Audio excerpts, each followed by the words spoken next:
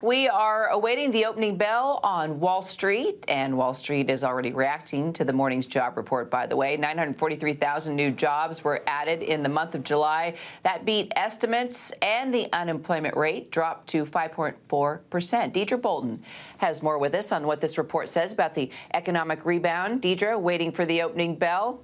Let's parse through what we know. Indeed. Well, what we know so far, Kira, are those two great headlines that you just read out, which show that we are on the way back. And as of this data set, it really shows the strength of the U.S. economic recovery. So there's a few standout items in this data set that we got this morning. And one of them was not only did the July numbers come in better than expected, but also the June numbers were revised higher. Also, you mentioned that headline unemployment rate at 5.4%. That is the lowest that we have seen since March 2020. So we're all hearing collectively the opening bell right now. You know, we are expecting a relatively choppy session just as a lot of investors digest this data, because even though it really bodes well for U.S. economic growth and the recovery, there are a lot of investors who are concerned, oh, does this mean that the Fed will reconsider its quote-unquote easy money policy? The reason that anyone cares about that, Kira, as you well know, if the Fed were to raise rates eventually, that makes all kinds of borrowing more expensive. So anyone looking for a mortgage, anyone looking for a car loan, it's very premature to talk about that. It would not surprise me if that is what traders are focused on a little bit today on the floor of the New York Stock Exchange. Some total take here.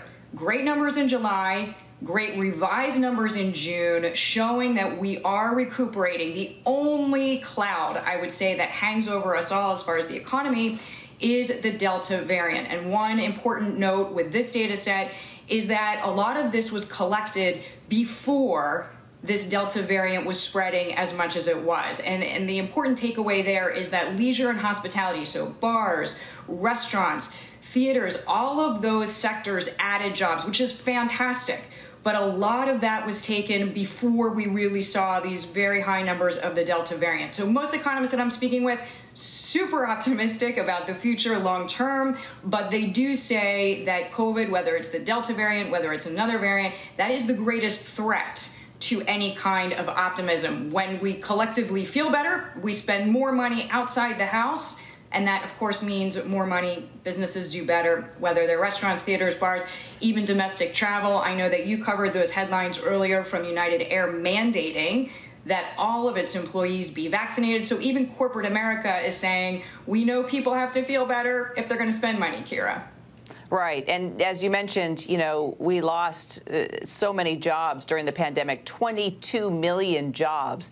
So what's the count on what we still have to do to make up for this?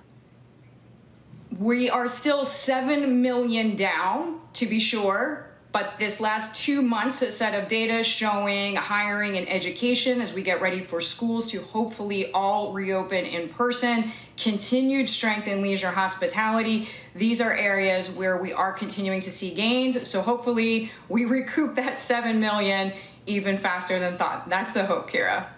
All right, fingers crossed. Deidre Bolton, our business correspondent here at ABC News. Deidre, great to see you. Have a wonderful Friday. Likewise. You too. All right.